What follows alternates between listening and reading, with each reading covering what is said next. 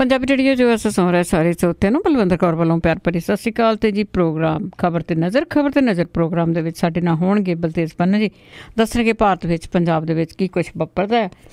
ਖਬਰਾਂ ਨੂੰ ਸਪੋਂਸਰ ਕਰਦੇ ਨੇ ਜੀ ਖਾਲਸਾ ਇੰਸ਼ੋਰੈਂਸ ਏਜੰਸੀ ਵਾਲੇ, ਜਿਨ੍ਹਾਂ ਦਾ फ़ोन नंबर 4082722500। ਗੁਰਦੀਪ ਸਿੰਘ ਬਿਰਦੀ ਕਲੋਵਸ ਤੋਂ, ਸਤਨਾਮ ਸਿੰਘ ਸ਼ੇਰਗਿੱਲ, ਸਲਮਾ ਅਸ਼ਾਨਜੀਤ ਸਿੰਘ ਕਲੋਟੀ ਜੁੱਬਾ ਸਿਟੀ ਤੋਂ, ਬਹਾਦਰ ਸਿੰਘ ਗਿੱਲ ਫੌਲਰ ਤੋਂ, ਸੁੱਚਾ ਸਿੰਘ ਜੀ ਫਰੈਜ਼ਨੋ ਤੋਂ, रणवीर सिंह राणा, सुरिंदर सिंह चौहान, सतराम सिंह, सुखचैन सिंह बिकसफील्ड, कश्मीर सिंह सैक्रामेंटो तो बहुत बहुत धन्यवाद करते हैं। प्रोग्राम में स्पॉन्सर किया सब तक बचाया जी। साडे नाल जुड़ चुके हैं बलतेज पन्नू जी, सत श्री अकाल, स्वागत है जी। धन्यवाद जी, बहुत मेहरबानी। हाँ जी, गल करते जी पंजाब के ट्रक ऑपरेटरां दी। आपां कुछ दिन पहलां भी गल कीती सीगी कि इन्हां दे जिहड़े हाल आ बड़े मंदे होए पे ने। बिल्कुल जी, इस वे ਜਿਹੜੇ ਹਾਲਾਤ ਨੇ ਜੀ ਉਹ ਬੰਦੇ ਔਰ ਜਿਹੜਾ ਪਿਛਲੇ ਦਿਨਾਂ 'ਚ ਆਪਾਂ ਗੱਲ ਸਾਂਝੀ ਕੀਤੀ ਸੀਗੀ ਕਿ ਪੰਜਾਬ ਦੀਆਂ ਜਿਹੜੀਆਂ 134 ਟਰੱਕ ਯੂਨੀਅਨਾਂ ਦੇ ਵਿੱਚੋਂ 93,000 ਇਹਨਾਂ 'ਚ ਟਰੱਕ ਨੇ ਔਰ ਪੁਰਾਣੇ ਮਾਡਲ ਵਾਲੇ ਜਿਹੜੇ ਟਰੱਕ ਨੇ ਉਹਨਾਂ ਦੀ ਗਿਣਤੀ ਕੋਈ 70,000 ਹੈ ਔਰ ਲੱਖਾਂ ਪਰਿਵਾਰ ਇਹਦੇ ਉੱਤੇ ਜਿਹੜੇ ਜੀ ਉਹ ਨਿਰਭਰ ਨੇ।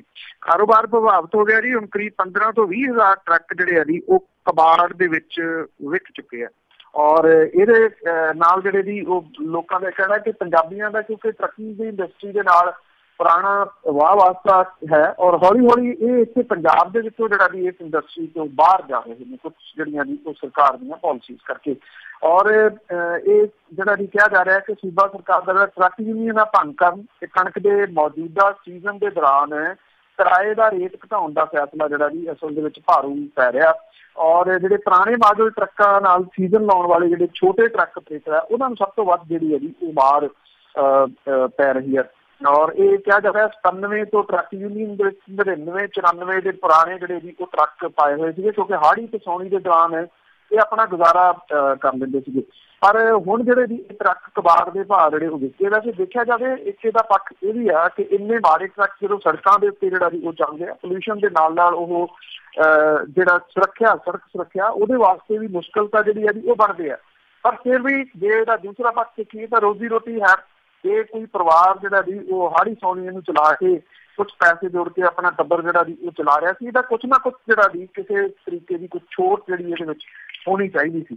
ਔਰ ਹੌਲੀ ਹੌਲੀ ਕਰਕੇ ਇਹ ਜਿਹੜੇ ਪਰਿਵਾਰ ਨੇ ਉਹ ਕਹਿੰਦੇ ਅੱਗੋਂ ਅਸੀਂ ਟਰੱਕ ਜਿਹੜਾ ਜੀ ਉਹ ਲੈ ਨਹੀਂ ਸਕਦੇ, ਕਰਜ਼ੇ ਵਗੈਰਾ ਜਿਹੜੇ ਉਹ ਮਿਲਣੇ ਨਹੀਂਗੇ ਜਿਹਦੇ ਕਰਕੇ ਟਰੱਕ ਲੈਣਾ ਇਹਨਾਂ ਨੂੰ ਔਖਾ ਔਰ ਇੱਕੋ ਹੀ ਰਾਹ ਉਹਨਾਂ ਦੇ ਕੋਲ ਬਚਦਾ ਕਿ ਉਹ ਇਸ ਕਾਰੋਬਾਰ ਦੇ ਵਿੱਚੋਂ ਬਾਹਰ ਚਲੇ ਜਾਣ। ਜੀ ਜੀ ਬਿਲਕੁਲ ਜੀ, ਕਹਿੰਦੇ ਬਹੁਤ ਜ਼ਿਆਦਾ ਹੀ ਮੰਦਾ ਹਾਲ ਹੋਈ ਜਾਂਦਾ।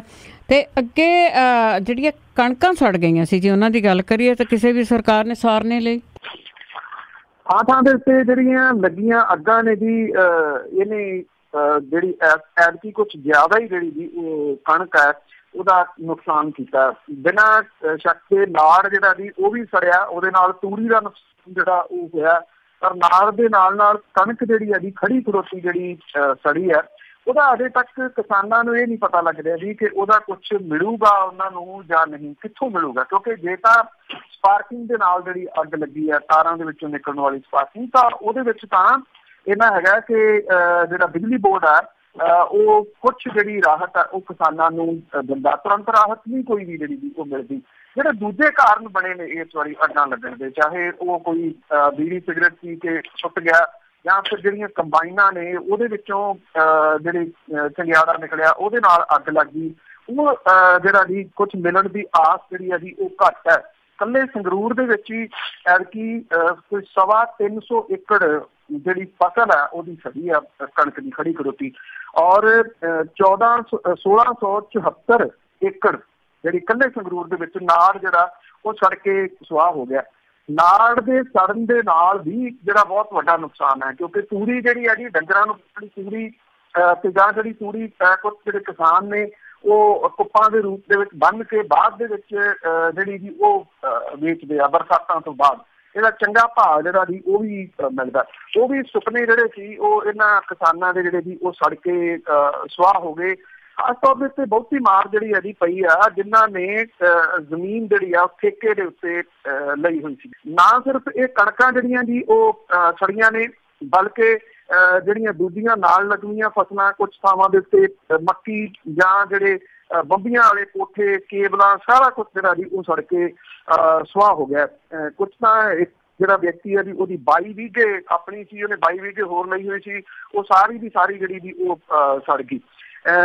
ਜਿਹੜੀ ਕੁਛ ਥਾਵਾਂ ਦੇ ਕਿਸੇ ਦੇ 8 ਕਿੱਲੇ ਨੇ, ਕਿਸੇ ਦੇ 9 ਕਿੱਲੇ ਨੇ, ਕੁਛ ਵੀ ਉਹਦੇ ਵਿੱਚੋਂ ਜਿਹੜਾ ਜੀ ਉਹ ਰਿਹਾ ਨਹੀਂ। ਇਕੱਲੇ ਲੱਡਾ ਪਿੰਡ ਦੇ ਵਿੱਚ 50 ਏਕੜ ਤੋਂ ਵੱਧ ਜਿਹੜੀ ਕਣਕ ਸੜੀ ਆ, ਔਰ 420 ਤੋਂ ਵੱਧ ਕਣਕ ਦੇ ਨਾੜ ਜਿਹੜਾ ਜੀ ਉਹ ਸੜ ਕੇ ਸੁਆਹ ਜਿਹੜਾ ਜੀ ਉਹ ਹੋ ਗਿਆ।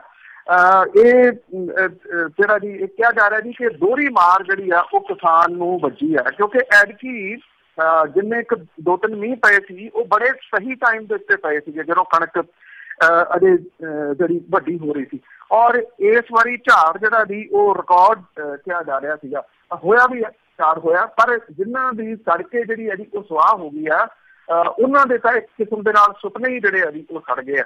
ਔਰ ਇਸ ਮੌਕੇ ਜਦੋਂ ਕਿ ਕਿਸਾਨ ਜਿਹੜਾ ਜੀ ਪਹਿਲਾਂ ਹੀ ਖੁਦਕੁਸ਼ੀਆਂ ਦੇ ਰਾਹ ਪਿਆ ਹੋਇਆ, ਉਹਨੂੰ ਕਿਤੇ ਨਾ ਕਿਤੇ ਜਦੋਂ ਏਦਾਂ ਦੀ ਕੋਈ ਆਸ ਜਿਹੜੀ ਲੱਗਦੀ ਆ ਤੇ ਇਹਦੇ ਜਿਹੜਾ ਜੀ ਕੋਈ ਆਫਤ ਫਿਰ ਉਹ ਆਣ ਡਿੱਗਦੀ ਆ। ਔਰ ਸਭ ਤੋਂ ਜਿਹੜੀ ਉਸਨੂੰ ਵੀ ਦੁਖਦਾਈ ਗੱਲ ਇਹ ਹੈ ਜੀ ਕਿ ਕਿੰਨੇ ਸਾਲਾਂ ਤੋਂ ਇਹ ਸਾਰਾ ਕੁਛ ਚੱਲ ਰਿਹਾ, ਪਰ ਇਹਦਾ ਕੋਈ ਅਗਾਊਂ ਪ੍ਰਬੰਧ ਜਿਹੜਾ ਜੀ ਉਹ ਨਹੀਂ ਕੀਤਾ ਜਾਂਦਾ। ਹਰ ਸਾਲ ਇਹੀ ਕੁਛ ਜਿਹੜਾ ਵੀ ਹੁੰਦਾ ਜੀ, ਕਿਸੇ ਨਾ ਕਿਸੇ ਤਰ੍ਹਾਂ ਕਿਸਾਨਾਂ ਨੂੰ ਮਾਰ ਵੱਜਦੀ ਆ। ਅੱਗੇ ਫਗਵਾੜੇ ਦੀ ਜੇ ਗੱਲ ਕਰੀਏ ਤੇ ਇੰਨੀ ਪੋਲੀਟਿਕਸ ਆ, ਇੱਕ ਮੌਤ ਵੀ ਹੋ ਗਈ ਆ ਉੱਥੇ, ਤਣਾਅ ਜ਼ੋਰਾਂ ਦੇ। ਬਿਲਕੁਲ ਜੀ, ਐਕਚੁਅਲੀ ਇਹ ਜਿਹੜਾ ਨੌਜਵਾਨ ਸੀਗਾ ਜਸਵੰਤ ਕੁਮਾਰ ਬੋਬੀ, ਇਹਦੀ ਮੌਤ ਜਿਹੜੀ ਸੀ ਹੌਸਪੀਟਲ ਦੇ ਵਿੱਚ ਹੋ ਗਈ। 19 ਸਾਲਾਂ ਦਾ ਇਹ ਸੀਗਾ। ਨਿਚਰਵਾਰ ਰਾਤ ਕੋਈ 2 ਵਜੇ ਦੇ ਕਰੀਬ ਇਹਦੀ DMC ਹੌਸਪੀਟਲ ਦੇ ਵਿੱਚ ਮੌਤ ਹੋਈ, ਔਰ ਉੱਥੇ ਇਹਦਾ ਰਾਤ ਨੂੰ ਜਿਹੜਾ ਸੀਗਾ ਜੀ ਪੋਸਟਮਾਰਟਮ ਕਰ ਦਿੱਤਾ, ਕਿਉਂਕਿ ਡਾਕਟਰਾਂ ਨੇ ਪਹਿਲਾਂ ਹੀ ਦੱਸ ਦਿੱਤਾ ਸੀਗਾ ਕਿ ਉਹਨੂੰ ਬਚਾਇਆ ਜਾ ਸਕਣਾ ਬਹੁਤ ਜਿਹੜਾ ਜੀ ਉਹ ਔਖਾ। ਉਹਦੇ ਕੰਨ ਦੇ ਉੱਪਰ ਲੱਗੀ ਜਿਹੜੀ ਉਹ ਗੋਲੀ ਸੀ ਉਹਨੂੰ ਕੱਢਿਆ ਗਿਆ, ਉਸ ਤੋਂ ਬਾਅਦ ਉਹਦੀ ਹਾਲਤ ਜਿਹੜੀ ਸੀ ਉਹ ਵਿਗੜ ਗਈ।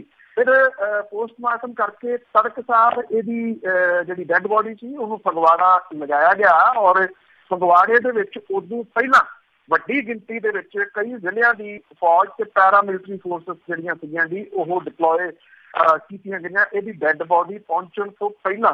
ਜੇ ਸਹੀ ਪੁੱਛੋ ਤਾਂ ਫਗਵਾੜੇ ਦੇ ਵਿੱਚ ਚਿੜੀ ਵੀ ਜਿਹੜੀ ਸੀ ਉਹ ਫਟਕਣ ਨਹੀਂ ਦਿੱਤੀ ਪੁਲਿਸ ਨੇ। ਐਡੀ ਵੱਡੀ ਨਫਰੀ ਦੇ ਵਿੱਚ ਜਿਹੜੀ ਪੁਲਿਸ ਸੀ ਉਹ ਲਾਲ ਸੀ, ਜਿਹੜੀ ਕਈ ਪੱਖਾਂ ਤੋਂ ਚੰਗੀ ਵੀ ਹੈ, ਕਿਉਂਕਿ ਅਦਰਵਾਈਜ਼ ਉੱਥੇ ਹਾਲਾਤ ਇੱਕ ਵਾਰੀ ਜਿਹੜੇ ਜੀ ਇੱਦਾਂ ਦੇ ਬਣ ਗਏ ਸੀਗੇ ਕਿ ਹਾਲਾਤ ਖਰਾਬ ਹੋ ਸਕਦੇ ਸੀਗੇ। ਇਹ ਜਿਹੜਾ ਬੋਬੀ ਸੀਗਾ ਜੀ ਉਹਦੇ ਜਿਹੜੇ ਸੰਸਕਾਰ ਦੇ ਵਾਸਤੇ ਜਦੋਂ ਗਏ ਨੇ ਉਹਦੇ ਵਿੱਚ ਸ਼ਾਮਲ ਕੁਛ ਨੌਜਵਾਨ ਜਿਹੜੇ ਸੀ ਉਹ ਨਿਰੰਤਰ ਨਾਅਰੇਬਾਜ਼ੀ ਜਿਹੜੀ ਹੈ ਜੀ ਉਹ ਕਰ ਰਹੇ ਸੀ। ਇੱਕ ਵਾਰੀ ਉਹਨਾਂ ਨੇ ਸ਼ਹਿਰ ਦੇ ਅੰਦਰ ਵੀ ਵੜਨ ਦੀ ਕੋਸ਼ਿਸ਼ ਕੀਤੀ, ਪਰ ਫੋਰਸਾਂ ਨੇ ਰੋਕ ਲਿਆ। ਇਹ ਅੱਗਾਂ ਵਗੈਰਾ ਜਿਹੜੀਆਂ ਜੀ ਉਹ ਲੱਗ ਸਕਦੀਆਂ। ਇੱਥੋਂ ਤੱਕ ਹਾਲਾਤ ਜਿਹੜੇ ਸੀਗੇ ਜੀ ਉਹ ਟੈਂਸ ਵਾਲੇ ਰਹੇ। ਤਾਂ ਨੈਟ ਜਿਹੜਾ ਸੀਗਾ ਜੀ 4 ਜ਼ਿਲ੍ਹਿਆਂ ਦੇ ਵਿੱਚ ਵੱਧ ਰਿਹਾ। ਨੈਸ਼ਨਲ ਹਾਈਵੇ ਨੰਬਰ 1 ਜਿਹੜਾ ਅੰਮ੍ਰਿਤਸਰ ਤੋਂ ਦਿੱਲੀ ਦੇ ਨਾਲ ਜਿਹੜਾ ਜੀ ਉਹ ਜੋੜਦਾ, ਬਹੁਤ ਰੁੱਝਿਆ ਹੋਇਆ ਇਹ ਹਾਈਵੇ ਆ, ਬਹੁਤ ਟ੍ਰੈਫਿਕ ਹੁੰਦਾ। ਇਹਨੂੰ ਬੰਦ ਕਰ ਦਿੱਤਾ ਗਿਆ ਕੱਲ ਸਵੇਰੇ, ਜਿਹੜਾ ਸੀ ਸ਼ਾਮੀ ਜਾ ਕੇ ਮੁੜ ਜਿਹੜਾ ਜੀ ਇਹਨੂੰ ਖੋਲਿਆ। ਇਹਦੇ ਨਾਲ ਲੋਕ ਜਿਹੜੇ ਸੀਗੇ ਜੀ ਇਸ ਹਾਈਵੇ ਦੇ ਉੱਤੇ ਟਰੈਵਲ ਕਰਨ ਵਾਲੇ ਉਹ ਬਹੁਤ ਖੱਜਲ ਖੁਆਰ ਜਿਹੜੇ ਜੀ ਉਹ ਪਿੰਡਾਂ ਦੇ ਵਿੱਚੋਂ ਵੀ ਹੋਏ, ਕਿਉਂਕਿ ਇੰਨਾ ਜ਼ਰੂਰ ਸੀਗਾ ਕਿ ਐਤਵਾਰ ਹੋਣ ਕਰਕੇ ਬਹੁਤ ਜ਼ਿਆਦਾ ਟ੍ਰੈਫਿਕ ਤਾਂ ਨਹੀਂ ਸੀਗਾ, ਪਰ ਫਿਰ ਵੀ ਇਹ ਹਾਈਵੇ ਇਸ ਤਰ੍ਹਾਂ ਦਾ ਹੈ ਜੀ ਇੱਥੇ ਭਾਵੇਂ ਜਿਸ ਟਾਈਮ ਮਰਜ਼ੀ ਚਲੇ ਜਾਓ ਤੇ ਰਸ਼ ਜਿਹੜਾ ਉਹ ਮਿਲਦਾ। ਫਗਵਾੜੇ ਦੇ ਵਿੱਚੋਂ ਇਹ ਹਾਈਵੇ ਲੰਘਦਾ, ਇਸ ਕਰਕੇ ਇਹਨੂੰ ਜਿਹੜਾ ਜੀ ਫਲੌਰ ਦੇ ਨਜ਼ਦੀਕ ਹੀ ਜਿਹੜਾ ਸੀ ਉਹ ਰੋਕ ਦਿੱਤਾ ਗਿਆ। ਟ੍ਰੈਫਿਕ ਜਿਹੜਾ ਸੀਗਾ ਇੱਥੋਂ ਡਾਈਵਰਟ ਜਿਹੜਾ ਉਹ ਕਰ ਦਿੱਤਾ ਗਿਆ। ਹੁਣ ਜਿਹੜੇ ਹਾਲਾਤ ਨੇ ਉਹ ਅਜੇ ਵੀ ਟੈਂਸ ਵਾਲੇ ਨੇ। ਉਸੇ ਤਰੀਕੇ ਦੇ ਨਾਲ ਸੁਰੱਖਿਆ ਫੋਰਸਾਂ ਜਿਹੜੀਆਂ ਜੀ ਉੱਥੇ ਤਾਇਨਾਤ ਨੇ। ਜਿਹੜਾ ਮਾਮਲਾ ਇੱਕ ਚੌਂਕ ਨੂੰ ਲੈ ਕੇ ਜਿਹੜਾ ਜੀ ਉਹ ਸ਼ੁਰੂ ਹੋਇਆ ਸੀਗਾ, 2 ਫਿਰਕਿਆਂ ਦੇ ਵਿਚਾਲੇ ਇਹ ਹਿੱਡ ਦੀ ਗੱਲ ਜਿਹੜੀ ਜੀ ਉਹ ਬਣ ਗਿਆ। ਇੱਕ ਕਹਿੰਦੇ ਇਹਦਾ ਨਾਮ ਸੰਵਿਧਾਨ ਚੌਕ ਰੱਖਣਾ, ਜਿਹੜਾ ਬਾਲਮੀਕ ਭਾਈਚਾਰਾ, ਤੇ ਜਿਹੜੇ ਸ਼ਿਵ ਸੈਨਾ ਤੇ BJP ਵਾਲੇ ਆ ਉੱਥੇ ਉਹ ਕਹਿੰਦੇ ਜੀ ਅਸੀਂ ਤਾਂ ਰੱਖਣ ਨਹੀਂ ਦਿੰਦੇ, ਇਹਦਾ ਨਾਮ ਜਿਹੜਾ ਉਹ ਭਗਤ ਸਿੰਘ ਚੌਕ ਜਿਹੜਾ ਉਹ ਰੱਖ ਦਿਓ, ਕਿਉਂਕਿ ਇਹ ਸ਼ਰਾਰਤਪੂਰਨ ਬਿਆਨ ਸੀਗਾ ਕਿ ਭਗਤ ਸਿੰਘ ਦੇ ਨਾਮ ਦੇ ਉੱਤੇ ਬਾਕੀ ਜਿਹੜੀਆਂ ਧਿਰਾਂ ਨੇ ਉਹ ਉਹਨਾਂ ਦੇ ਨਾਲ ਆ ਕੇ ਖੜ ਜਾਣਗੀਆਂ।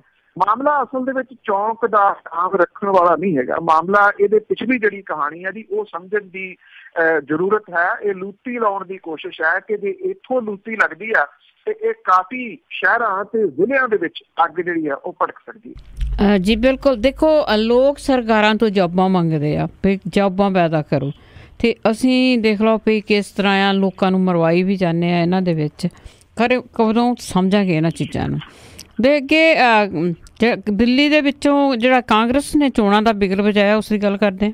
ਬਿਲਕੁਲ ਜੀ। ਐਕਚੁਅਲੀ ਇਹ 19 ਦੇ ਵਿੱਚ ਆਉਣ ਵਾਲੀ ਚੋਣਾਂ ਦੇ ਸੰਬੰਧ ਦੇ ਵਿੱਚ ਤੁਸੀਂ ਕਹਿ ਲਓ ਪਹਿਲੀ ਵੱਡੀ ਰੈਲੀ ਜਿਹੜੀ ਸੀਗੀ ਜੀ ਉਹ ਕਾਂਗਰਸ ਨੇ ਕੀਤੀ। ਇਹਨੂੰ ਆਕਰੋਸ਼ ਰੈਲੀ, ਜਨ ਆਕਰੋਸ਼ ਰੈਲੀ ਦਾ ਨਾਮ ਜਿਹੜਾ ਸੀਗਾ ਜੀ ਉਹ ਦਿੱਤਾ ਗਿਆ।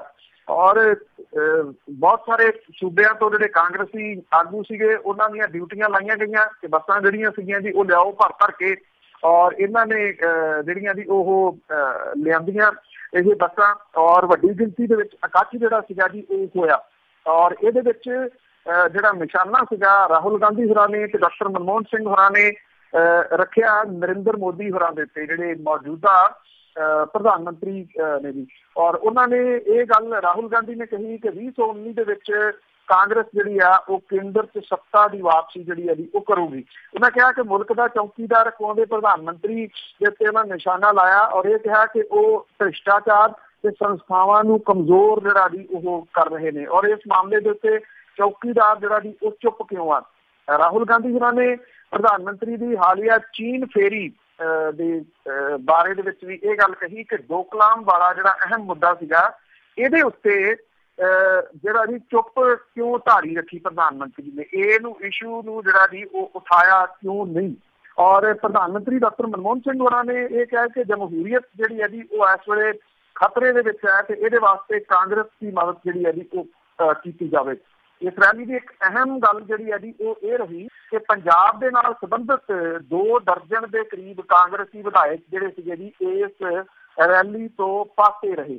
ਜਿਹੜੇ ਕੁਝ ਦਲਿਤ ਆਗੂ ਨੇ ਉਹ ਕਾਂਗਰਸ ਪ੍ਰਧਾਨ ਨੂੰ ਮਿਲ ਕੇ ਆਪਣਾ ਰੋਸ ਜ਼ਾਹਰ ਕਰ ਚੁੱਕੇ ਆ ਜੀ, ਕਿਉਂਕਿ ਜਿਹੜੀ ਪਿਛਲੇ ਦਿਨਾਂ ਦੇ ਵਿੱਚ ਮੰਤਰੀ ਮੰਡਲ 'ਚ ਵਾਧਾ ਹੋਇਆ ਉਹਨਾਂ ਨੂੰ ਉੱਥੇ ਜਗ੍ਹਾ ਜਿਹੜੀ ਹੈ ਜੀ ਉਹ ਨਹੀਂ ਮਿਲੀ, ਜਿਹਦੇ ਕਰਕੇ 2 ਦਰਜਨ ਦੇ ਕਰੀਬ ਜਿਹੜੇ ਸੀਗੇ ਜੀ ਉਹ ਨਹੀਂ ਗਏ ਇਸ ਜਗ੍ਹਾ ਦੇ ਇਸ ਰੈਲੀ ਦੇ ਵਿੱਚ, ਜਿਹੜੀ ਕਿ ਇੱਕ ਘੰਟੀ ਜਿਹੜੀ ਹੈ ਜੀ ਉਹ ਕਾਂਗਰਸ ਦੇ ਵਾਸਤੇ ਕਹੀ ਜਾ ਸਕਦੀ ਹੈ, ਪੰਜਾਬ ਕਾਂਗਰਸ ਦੇ ਵਾਸਤੇ। ਇੱਕ ਟਾਈਮ ਜਿਹੜੇ 40 ਸੀਗੇ ਜੀ ਵਿਧਾਇਕ ਉਹਨਾਂ ਨੇ ਬਗਾਵਤ ਦਾ ਬਿਗਲ ਜਿਹੜਾ ਜੀ ਉਹ ਵਜਾਇਆ ਸੀਗਾ। ਇਹਨਾਂ ਦੇ ਵਿੱਚੋਂ ਵੈਸੇ 2 ਜਿਹੜੇ ਨੇ ਉਹ ਤਾਂ ਮੰਤਰੀ ਮੰਡਲ ਦੇ ਵਿੱਚ ਸ਼ਾਮਲ ਹੋ ਗਏ ਨੇ। ਉਸ ਗਰੁੱਪ ਦਾ ਜਿਹੜਾ ਜੀ ਕੀ ਬਣਿਆ ਇਹ ਤਾਂ ਨਹੀਂ ਪਤਾ, ਪਰ ਇਹ ਨਵਾਂ ਗਰੁੱਪ ਜਿਹੜਾ ਜੀ ਖੜਾ ਹੋ ਗਿਆ ਇਹ 2 ਦਰਜਨ ਦੇ ਕਰੀਬ ਨੇ ਇਹ ਵਿਧਾਇਕ, ਔਰ ਇਹਨਾਂ ਨੇ ਆਪਣਾ ਰੋਸ ਜਿਹੜਾ ਜੀ ਉਹ ਜ਼ਾਹਰ ਕਰ ਦਿੱਤਾ ਇਸ ਰੈਲੀ ਦੇ ਵਿੱਚ ਸ਼ਾਮਲ ਨਾ ਹੋ ਕੇ ਜੀ। ਤੇ ਅੱਗੇ ਆਪਾਂ ਗੱਲ ਕਰਦੇ ਹਾਂ ਜੀ, ਦਿੱਲੀ ਦੇ ਵਿੱਚ ਮਾਰੇ ਗਏ ਫੌਜੀਆਂ ਦੀਆਂ ਵਿਧਵਾਵਾਂ ਦੀ ਵੀ ਸੁਣੀ ਗਈ ਹੈ। ਦੇਖੋ ਜੀ ਮਾਮਲਾ ਬੜੀ ਦੇਰ ਦਾ ਜਿਹੜਾ ਜੀ ਉਹ ਚੱਲ ਰਿਹਾ ਸੀ। 34 ਸਾਲਾਂ ਤੋਂ ਬਾਅਦ ਜਿਹੜੇ AFC ਹੈ ਜੀ, ਜਿਹੜੇ ਹਥਿਆਰਬੰਦ ਬਲਾਂ ਦਾ ਟ੍ਰਿਬਿਊਨਲ ਹੈ, ਉਹਦੇ ਚੰਡੀਗੜ੍ਹ ਬੈਂਚ ਨੇ ਆਪਣੇ ਇੱਕ ਫੈਸਲੇ ਦੇ ਵਿੱਚ ਉਹਨਾਂ ਫੌਜੀ ਜਵਾਨਾਂ ਦੀਆਂ ਵਿਧਵਾਵਾਂ ਨੂੰ ਉੱਚ ਪੈਨਸ਼ਨ ਤੇ ਬਾਕੀ ਜਿਹੜੇ ਲਾਭ ਹੈ ਉਹ ਲੈਣ ਦੇ ਯੋਗ ਦੱਸਿਆ ਹੈ। ਇਹ ਫੌਜੀ ਉਹਨੇ ਜੀ ਸਿੱਖ ਕਤਲੇਆਮ ਦੇ ਦੌਰਾਨ ਜਿਹੜਾ ਇੱਕ ਮੇਜਰ ਤੇ ਜਵਾਨ ਜਿਹੜੇ ਜੀ ਉਹ ਮਾਰੇ ਗਏ ਸੀ 1984 ਦੇ ਵਿੱਚ ਜੀ। AFC ਬੈਂਚ ਦੇ ਜਸਟਿਸ ਜਿਹੜੇ ਨੇ MS ਚੌਹਾਨ ਤੇ ਲੈਫਟੀਨੈਂਟ ਜਨਰਲ ਮਨੀਸ਼ ਸਿੱਬਲ ਨੇ ਇਹਨਾਂ 2 ਕੇਸਾਂ ਦਾ ਨਿਬੇੜਾ ਕਰਦਿਆਂ ਹੋਇਆ ਕਿਹਾ ਕਿ ਜਿਹੜੀਆਂ ਵਿਡੋਜ਼ ਨੇ ਇਹਨਾਂ ਦੀਆਂ ਸਰਕਾਰ ਦੇ ਵੱਲੋਂ ਦਿੱਤੀ ਜਾਂਦੀ ਸਧਾਰਨ ਜਾਂ ਵਿਸ਼ੇਸ਼ ਪਰਿਵਾਰਕ ਪੈਨਸ਼ਨ ਦੀ ਥਾਂ ਦੇ ਉੱਤੇ ਉਦਾਰ ਪਰਿਵਾਰਕ ਪੈਨਸ਼ਨ ਜਿਹੜੀ ਹੈ ਜੀ ਇਹਨਾਂ ਨੂੰ ਦਿੱਤੀ ਜਾਵੇ। ਲਿਬਰਲਾਈਜ਼ਡ ਜਿਹੜੀ ਪਰਿਵਾਰਕ ਪੈਨਸ਼ਨ ਹੈ ਇਹ ਕਿਸੇ ਫੌਜੀ ਦੇ ਵੱਲੋਂ ਲਈ ਜਾਂਦੀ ਆਖਰੀ ਅਦਾਇਗੀ ਦਾ 100% ਹੁੰਦੀ ਹੈ, ਜਦੋਂ ਕਿ ਪਰਿਵਾਰਕ ਪੈਨਸ਼ਨ ਜਿਹੜੀ ਹੈ ਜੀ ਉਹ ਆਖਰੀ ਤਨਖਾਹ ਦਾ 30% ਹੁੰਦੀ ਹੈ। ਹਰਭਜਨ ਕੌਰ ਦਾ ਪਤੀ ਮੇਜਰ SS ਸੁੜ ਜੋ ਦਿੱਲੀ ਦੇ ਦੰਗਾਈਆਂ ਦੀ ਭੀੜ ਨੇ ਉਦੋਂ ਉਹਨੂੰ ਬੇਰਹਿਮੀ ਦੇ ਨਾਲ ਮਾਰ ਦਿੱਤਾ ਜਦੋਂ ਉਹ ਤਬਾਦਲਾ ਛੁੱਟੀ ਦੇ ਉੱਤੇ ਸੀਗਾ।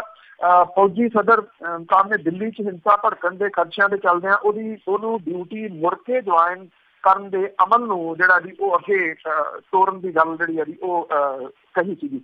ਔਰ ਮੇਜਰ ਦਿੱਲੀ ਦੇ ਵਿੱਚ ਬਾਕੀ ਨਾਗਰਿਕਾਂ ਨੂੰ ਜਿਹੜਾ ਸੀਗਾ ਜੀ ਇਹਨਾਂ ਭੀੜਾਂ ਦੀ ਭੀੜ ਤੋਂ ਬਚਾਉਂਦਿਆਂ ਹੋਇਆਂ ਮਾਰਿਆ ਗਿਆ ਸੀਗਾ। ਦੂਜੇ ਕੇਸ ਦੇ ਵਿੱਚ ਗੁਰਮੇਲ ਕੌਰ ਦੇ ਪਤੀ ਨੂੰ ਹਿੰਸਾ ਦੇ ਉੱਤੇ ਤਾਰੂ ਭੀੜ ਨੇ ਉਦੋਂ ਮਾਰ ਦਿੱਤਾ ਸੀਗਾ ਜੀ ਜਦੋਂ ਉਹ ਰੇਲ ਗੱਡੀ ਦੇ ਵਿੱਚ ਸਫ਼ਰ ਕਰ ਰਿਹਾ ਸੀਗਾ। 5ਵੀਂ ਤਨਖਾਹ ਕਮਿਸ਼ਨ ਨੇ ਭੀੜ ਦੇ ਵੱਲੋਂ ਕੀ ਹਿੰਸਾ ਦੇ ਦੌਰਾਨ ਮਰਨ ਵਾਲੇ ਕੇਂਦਰ ਸਰਕਾਰ ਦੇ ਮੁਲਾਜ਼ਮਾਂ ਦੀਆਂ ਵਿਧਵਾਵਾਂ ਨੂੰ ਲਿਬਰਲਾਈਜ਼ ਪੈਨਸ਼ਨ ਦੇਣ ਦੀ ਸਿਫਾਰਿਸ਼ ਜਿਹੜੀ ਹੈ ਜੀ ਕੀਤੀ ਆ।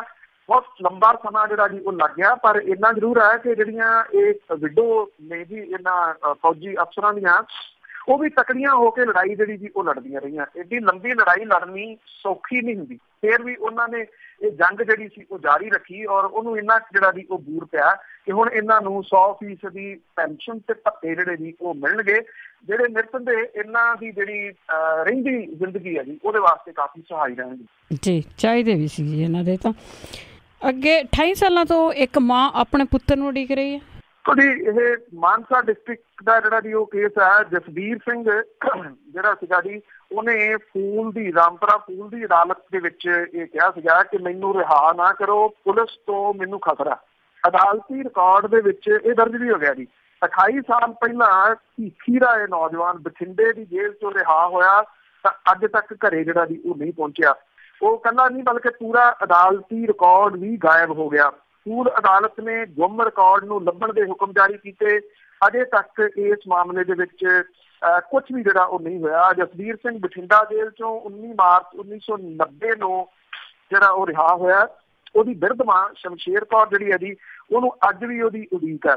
ਉਹਦੇ ਸ਼ਮਸ਼ੇਰ ਕੌਰ ਦੇ ਪਤੀ ਦੇ ਜਹਾਨੋਂ ਤੁਰ ਜਾਣ ਤੋਂ ਬਾਅਦ ਵੀ ਉਹਦੀ ਜ਼ਿੰਦਗੀ ਪਹਿਲਾਂ ਹੀ ਜਿਹੜੀ ਜੀ ਉਸ ਤਰ੍ਹਾਂ ਦੀ ਹੋ ਗਈ ਸੀ। ਮੁੜ ਕੇ ਪੁੱਤ ਦੀ ਭਾਲ ਨੇ ਉਹਨੂੰ ਜਿਹੜਾ ਜੀ ਇਸ ਘੋਰ ਦੇ ਵਿੱਚ ਇੱਕ ਕਿਸਮ ਦੇ ਨਾਲ ਤੇਜ਼ੀ ਦੇ ਨਾਲ ਬੁਢਾਪੇ ਵੱਲ ਨੂੰ ਜਿਹੜਾ ਜੀ ਉਹ ਧੱਕ ਦਿੱਤਾ। ਇਹ ਜਿਹੜੀ ਬਿਰਧ ਮਾਂ ਆ ਜੀ ਉਹਦੀ ਇੱਕੋ ਇੱਛਾ ਆ ਕਿ ਜਵਾਨ ਪੁੱਤ ਨੂੰ ਖਪਾਉਣ ਵਾਲੇ ਸਲਾਖਾਂ ਦੇ ਪਿੱਛੇ ਜਿਹੜੇ ਆ ਜੀ ਉਹ ਡੱਕੇ ਜਾਣ।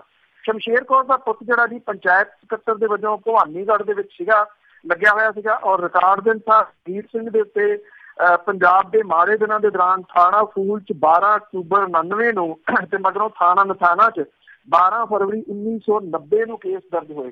ਪੁਲਿਸ ਦੇ ਰਿਕਾਰਡ ਦੇ ਅਨੁਸਾਰ ਥਾਣਾ ਫੂਲ ਦੇ ਉਦੋਂ ਦੇ ਥਾਣੇਦਾਰ ਅਨਿਲ ਕੁਮਾਰ ਨੇ 15 ਫਰਵਰੀ 1990 ਨੂੰ ਉਹਨੂੰ ਬੱਸ ਅੱਡੇ ਫੂਲ ਤੋਂ ਗ੍ਰਿਫਤਾਰ ਕੀਤਾ, ਪੁੱਛਗਿੱਛ ਲਈ ਰਾਮਪੁਰਾ ਭੇਜਤਾ। ਦੋਵਾਂ ਕੇਸਾਂ ਦੇ ਵਿੱਚ ਜਸਵੀਰ ਸਿੰਘ ਦੀ ਗ੍ਰਿਫਤਾਰੀ ਪਾਈ ਗਈ। ਉਦੋਂ ਮਾਪਿਆਂ ਦੀ ਪਟੀਸ਼ਨ ਦੇ ਉੱਤੇ ਹਾਈ ਕੋਰਟ ਨੇ warrant officer CIA staff Rampura ਨੂੰ ਭੇਜਿਆ। ਮਾਂ ਕਹਿੰਦੀ ਨੇ ਛਾਪਾ ਮਾਰਿਆ ਤਾਂ ਪੁਲਿਸ ਨੇ ਉਦੋਂ ਜਸਵੀਰ ਨੂੰ ਝੂਠੇ ਕੇਸਾਂ ਦੇ ਵਿੱਚ ਨਾਮਜ਼ਦ ਜਿਹੜਾ ਕਰ ਦਿੱਤਾ, ਜਦੋਂ ਕਿ ਪਹਿਲਾਂ ਗੈਰ ਕਾਨੂੰਨੀ ਹਿਰਾਸਤ ਦੇ ਵਿੱਚ ਜਿਹੜਾ ਜੀ ਉਹ ਰੱਖਿਆ ਹੋਇਆ ਸੀਗਾ। ਬਾਅਦ ਦੇ ਵਿੱਚ ਮਾਪਿਆਂ ਦੀ ਪਟੀਸ਼ਨ ਦੇ ਉੱਤੇ ਫਰਵਰੀ 90 ਦੇ ਵਿੱਚ CID ਚੰਡੀਗੜ੍ਹ ਦੇ ਜਿਹੜੇ SP ਸੀਗੇ ਅਮਰਾਓ ਸਿੰਘ ਕੰਗ, ਉਹਨਾਂ ਨੇ ਮਾਮਲੇ ਦੀ ਉਹਨਾਂ ਨੂੰ ਜਾਂਚ ਜਿਹੜੀ ਜੀ ਉਹ ਸੌਂਪੀ ਗਈ।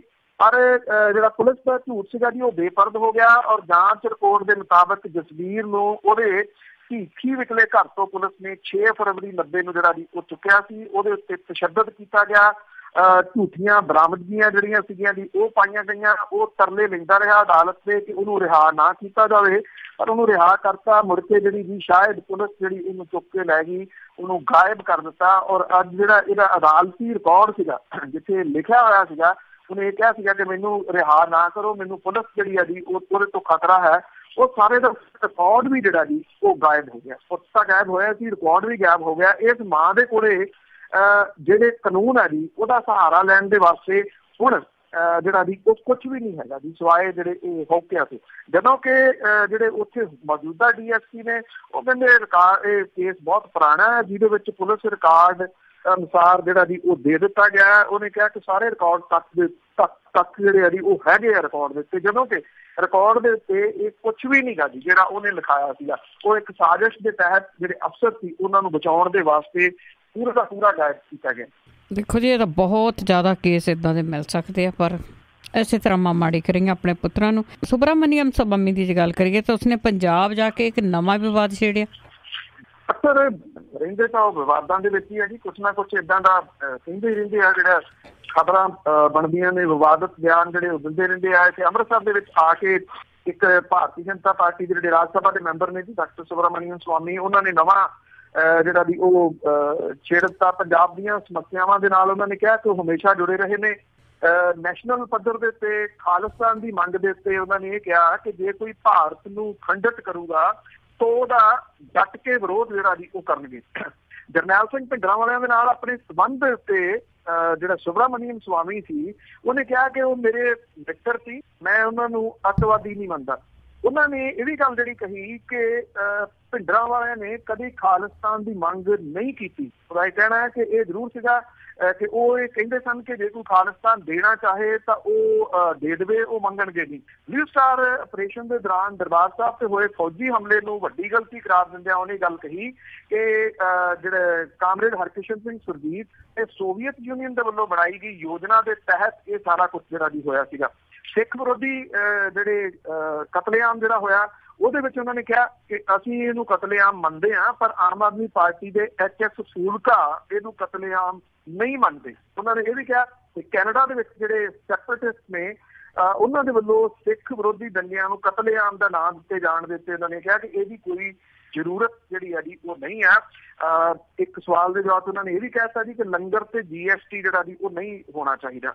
ਹੁਣ ਇਹਦੇ ਵਿੱਚ ਜਿਹੜਾ ਜੀ ਥੋੜੇ ਸਵਾਲ ਇਹ ਨੇ ਕਿ ਸੁਬਰਾਮਨੀਅਮ ਸਵਾਮੀ ਰਾਜ ਸਭਾ ਦੇ ਮੈਂਬਰ ਨੇ ਉਹ ਮੰਗ ਕਿਹਦੇ ਤੋਂ ਰਹੇ ਆ ਕਿ GST ਨਹੀਂ ਹੋਣਾ ਚਾਹੀਦਾ। ਸਰਕਾਰ ਤਾਂ ਉਹਨਾਂ ਦੀ ਉਹ ਐਲਾਨ ਕਰਨ ਦੇ ਕਿ ਇੱਥੇ GST ਜਿਹੜਾ ਜੀ ਉਹ ਨਹੀਂ ਲੱਗੂਗਾ। ਦੂਸਰੀ ਗੱਲ, ਜੇ ਉਹ ਸਾਕਾ ਨੀਲਾ ਤਾਰਾ ਦੀ ਜਿਹੜੀ ਜੀ ਉਹ ਗੱਲ ਕਰਦੇ ਆ ਕਿ ਉਹ ਸੋਵੀਅਤ ਯੂਨੀਅਨ ਦੇ ਕਹੇ ਦੇ ਉੱਤੇ ਹੋਇਆ ਸੀਗਾ, ਹੁਣ ਤਾਂ 5ਵਾਂ ਸਾਲ ਜਿਹੜਾ ਜੀ ਉਹ ਲੱਗਣ ਵਾਲਾ ਸਰਕਾਰ ਨੂੰ ਜਿੰਨਾ ਕੁਝ ਉੱਥੋਂ ਚੁੱਕਿਆ ਸੀਗਾ ਉਹ ਸਾਰਾ ਕੁਝ ਤਾਂ ਫੌਜ ਦੇ ਕਬਜ਼ੇ ਦੇ ਵਿੱਚ ਅੱਜ ਵੀ ਹੈ ਜੀ। ਇਹਦੇ ਉੱਤੇ ਕਦੀ ਇਹਨਾਂ ਦਾ ਕੋਈ ਜਿਹੜਾ ਜੀ ਉਹ ਬਿਆਨ ਨਹੀਂ ਆਇਆ ਕਿ ਉਹ ਸਮਾਨ ਜਿਹੜਾ ਇਹ ਦੇ ਦੇਣਗੇ ਵਾਪਸ ਜਾਂ ਜਿਹੜਾ ਜੀ ਉਹ ਨਹੀਂ ਦੇਣਗੇ। ਹਾਂ, ਇੰਨਾ ਜ਼ਰੂਰ ਹੈ ਕਿ ਹੁਣ ਕਿਉਂਕਿ ਇਲੈਕਸ਼ਨਾਂ ਆ ਰਹੀਆਂ ਨੇ, ਜਿਹੜਾ ਭਾਈਚਾਰਾ ਹੈ ਸਿੱਖ ਭਾਈਚਾਰਾ ਉਹਨੂੰ ਜਿਹੜਾ ਜੀ ਪਰਤਾਉਣ ਦੇ ਵਾਸਤੇ ਇਸ ਤਰ੍ਹਾਂ ਦੀ ਬਿਆਨਬਾਜ਼ੀ ਜਿਹੜੀ ਹੈ ਜੀ ਉਹ ਪੰਜਾਬ ਆ ਕੇ ਸੁਬਰਾਮਨੀਅਮ ਸਵਾਮੀ ਹੋਰਾਂ ਨੇ। ਬਿਲਕੁਲ ਜੀ, ਨਵੀਆਂ ਉਹ ਕਿਤੇ ਨਾ ਕਿਤੇ ਸਿੱਖਿਆ ਲੈ ਕੇ ਜਾਂਦੇ ਆ, ਪਰ ਪੰਜਾਬੀਆਂ ਨੂੰ ਸਪੈਸ਼ਲੀ ਸਿੱਖਾਂ ਨੂੰ ਭੰਬਲ ਭੂਸੇ ਵਿੱਚ ਪਾਉਣ ਦੀਆਂ ਪੂਰੀਆਂ ਤਿਆਰੀਆਂ। ਅੱਗੇ ਕਿਰਨਵਾਲਾ ਦੀ ਗੱਲ ਕਰਦੇ ਜਿਸ ਨੇ ਪਾਕਿਸਤਾਨ ਜਾ ਕੇ ਵਿਆਹ ਕਰਵਾ ਲਿਆ ਸੀ, ਉਸ ਦਾ ਜਿਹੜਾ ਨਵਾਂ ਪਤੀ ਆ ਉਹ ਵੀ ਸਾਊਦੀ ਅਰਬ ਜਾਣ ਲਈ ਤਿਆਰ।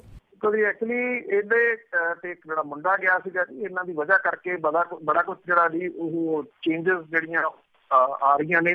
ਖਾਸ ਤੌਰ ਦੇ ਉੱਤੇ ਜਿਵੇਂ ਹੁਣ ਪਾਕਿਸਤਾਨ ਨੇ ਇਹ ਕਹਿ ਦਿੱਤਾ ਕਿ ਕਿਸੇ ਹੋਰ ਨੂੰ ਪਰਮਿਸ਼ਨ ਨਹੀਂ ਹੋਊਗੀ, ਕਿਸੇ ਹੋਰ ਧਰਮ ਦੇ ਨੂੰ ਇਹਨਾਂ ਜਥਿਆਂ ਦੇ ਵਿੱਚ ਜਿਹੜਾ ਵੀ ਉਹ ਜਾਣ ਦੀ। ਇਹਦੇ ਨਾਲ ਜਿਹੜੇ ਗੈਰ ਸਿੱਖ ਨੇ, ਜਿਹੜੇ ਮੰਨਦੇ ਨੇ ਗੁਰੂ ਨਾਨਕ ਸਾਹਿਬ ਨੂੰ ਤਾਂ ਖਾਸ ਤੌਰ ਦੇ ਉੱਤੇ ਬਹੁਤ ਮੰਨਣ ਵਾਲੇ ਨੇ, ਉਹਨਾਂ ਦੇ ਜਾਣ ਦਾ ਰਾਹ ਜਿਹੜਾ ਉਹ ਬੰਦ ਹੋ ਗਿਆ ਇੱਕ ਕਿਸਮ ਦੇ ਨਾਲ, ਕਿਉਂਕਿ ਉਹ ਨਹੀਂ ਜਾ ਸਕਣਗੇ ਇਹਨਾਂ ਜਥਿਆਂ ਦੇ ਵਿੱਚ ਇਹਨਾਂ ਦੋ ਜਾਣਿਆਂ ਦੀ ਗਲਤੀ ਵਜ੍ਹਾ ਕਰਕੇ। ਜਿਹੜੀ ਉੱਥੇ ਜਾ ਕੇ ਇਹਨੇ ਵਿਆਹ ਕਰਾ ਲਿਆ ਸੀਗਾ ਜੀ ਮੁਹੰਮਦ ਆਜ਼ਮ ਨਾਂ ਦੇ ਵਿਅਕਤੀ ਦੇ ਨਾਲ, ਆਮਨਾ ਬੀਬੀ ਬਣ ਗਈ ਉੱਥੇ ਜਾ ਕੇ।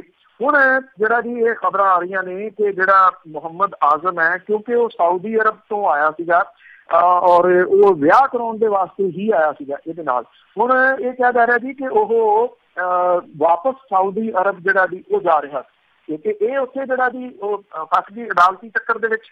ਉਹਦਾ ਵੀਜ਼ਾ ਜਿਹੜਾ ਜੀ ਉਹ ਸੈਂਡ ਤਾਂ ਹੋ ਗਿਆ, ਉਹਨੂੰ ਕੁਝ ਸਮਾਂ ਰਹਿਣ ਦੀ ਪਰਮਿਸ਼ਨ ਵੀ ਮਿਲ ਗਈ। ਬਾਅਦ ਦੇ ਵਿੱਚ ਜਿਹੜਾ ਜੀ ਇਸ ਕੇਸ ਨੂੰ ਉਹ ਅੱਗੇ ਕਿਵੇਂ ਜਿਹੜਾ ਜੀ ਉਹ ਤੋਰੂਗੀ, ਉਹਦੇ ਵਾਸਤੇ ਇਹ ਮੁਸ਼ਕਲ ਜਿਹੜੀ ਆ ਉਹ ਖੜੀ ਹੋ ਸਕਦੀ ਹੈ।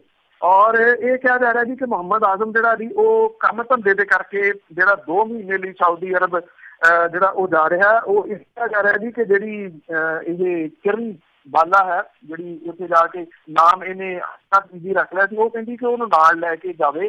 ਪਰ ਉਹਦੇ ਘਰ ਦੇ ਜਿਹੜੇ ਆ ਜੀ ਉਹ ਇਹ ਕਹਿ ਰਹੇ ਨੇ ਮੁਹੰਮਦ ਆਜ਼ਮ ਦੇ ਕਿ ਜਿੰਨੀ ਦੇਰ ਤੱਕ ਉਹਦੇ ਕੋਲ ਪਾਕਿਸਤਾਨੀ ਪਾਸਪੋਰਟ ਨਹੀਂ ਆਉਂਦਾ ਉਹ ਹੁਣ ਪਾਕਿਸਤਾਨ ਤੋਂ ਕਿਸੇ ਹੋਰ ਪਾਸੇ ਨੂੰ ਨਿਕਲ ਨਹੀਂ ਜਿਹੜਾ ਜੀ ਹੋ ਸਕਦੀ। ਸੋ ਇਹ ਜਿਹੜੀ ਪ੍ਰੇਮ ਕਹਾਣੀ ਸੀ ਜਿਹਨੇ ਬੜੀਆਂ ਖਬਰਾਂ ਜਿਹੜੀਆਂ ਜੀ ਉਹ ਬਣੀਆਂ ਸੀਗੀਆਂ, ਹੁਣ ਇਹਦਾ ਅੰਤ ਕਿਸ ਤਰੀਕੇ ਦੇ ਨਾਲ ਹੋਣਾ, ਇਹਦਾ ਨਵਾਂ ਚੈਪਟਰ ਜਿਹੜਾ ਜੀ ਉਹ ਕੀ ਹੋਣਾ, ਇਹ ਤਾਂ ਕੁਛ ਨਹੀਂ ਕਿਹਾ ਜਾ ਸਕਦਾ ਜੀ। ਪਰ ਇੰਨਾ ਜ਼ਰੂਰ ਆ ਕਿ ਇਹਨੇ ਕੰਡੇ ਜਿਹੜੇ ਜੀ ਉਹ ਆਪਣੇ ਆਪ ਦੇ ਵਾਸਤੇ ਜ਼ਰੂਰ ਬੀਜਿਆ, ਕਿਉਂਕਿ ਸਵਾਲ ਇਹ ਆ ਕਿ ਜੇ ਉੱਥੋਂ ਇਹਨੂੰ ਪਰਮਿਸ਼ਨ ਜਿਹੜੀ ਹੈ ਜੀ ਉਹ ਨਹੀਂ ਮਿਲਦੀ, ਵਾਪਸ ਭੇਜਿਆ ਜਾਂਦਾ ਤੇ ਇਸ ਪਾਸੇ ਆ ਕੇ ਇਹ ਵੱਡੀ ਮੁਸੀਬਤ ਦੇ ਵਿੱਚ ਜ਼ਰੂਰ ਫਸੇਗੀ। ਬਿਲਕੁਲ ਜੀ, ਨਾ ਕਰਦੇ ਨਾ ਘੱਟਦੇ। ਬਹੁਤ ਬਹੁਤ ਧੰਨਵਾਦ ਜੀ। ਮਿਹਰਬਾਨੀ, ਧੰਨਵਾਦ ਜੀ, ਸਤਿ ਸ਼੍ਰੀ ਅਕਾਲ ਜੀ। ਤੇ ਸਰੋਤੇ ਸਨ ਬਲਤੇਜ ਪੰਨੂ ਜੀ ਸਾਡੇ ਨਾਲ ਜੁੜਦੇ ਨੇ, ਕਰਦੇ ਨੇ ਖਬਰਾਂ। ਹੁਣ ਇਸੇ ਦੇ ਨਾਲ ਸਾਡਾ ਅੱਜ ਦਾ ਬੁਲਟਨ ਇੱਥੇ ਸਮਾਪਤ। ਬਲਵਿੰਦਰ ਕੌਰ ਵੱਲੋਂ ਆਪ ਸਭ ਨੂੰ ਹੀ ਪਿਆਰ ਭਰੀ ਸਤਿ ਸ਼੍ਰੀ ਅਕਾਲ।